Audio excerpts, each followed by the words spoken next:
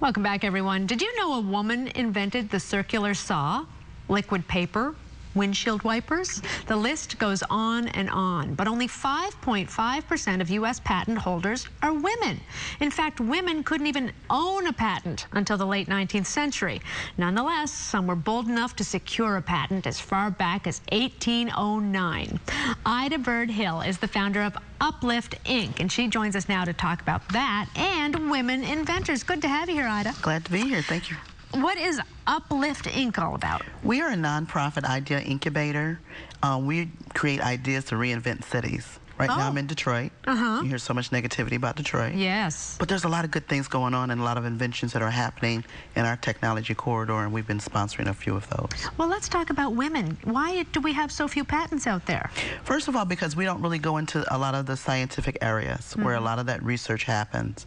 And people don't realize that a lot of times that starts in middle school or early elementary, because sciences, technology, engineering, even art is cumulative. Mathematics.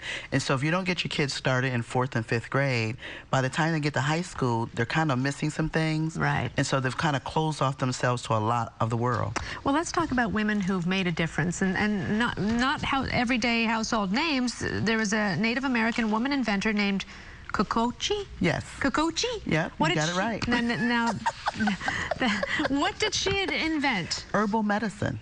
Oh. You know, people don't realize that when you first come to this country, you know, you have illnesses. Illnesses you don't know anything about, but the Native Americans were here, and they had created natural medication in order to solve a lot of those problems.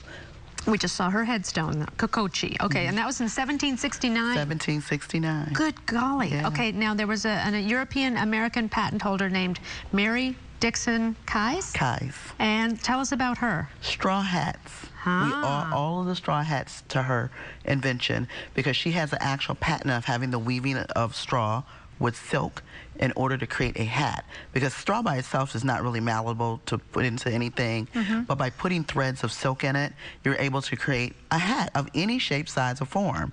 And while we don't think that that's a major invention, we still wear hats. So that patent has been around for a long time. And she did that in 1809. 1809. But apparently you had to get a male to get the patent for you back then? Right, but she was able to get her own patent. Good for her. So unlike, you know, in most places you had to have an actual father, brother, or husband, she fought to get her own patent, and it stands in her name to this day. Way to go, Mary. All right, now we've got an African-American woman patent holder, Sarah E. Good. Yes. What did she invent? A folding cabinet bed, which is similar to a Murphy bed, but just in a smaller version of a cabinet. Good for her. And that patent still stands around. She got that in her name as well.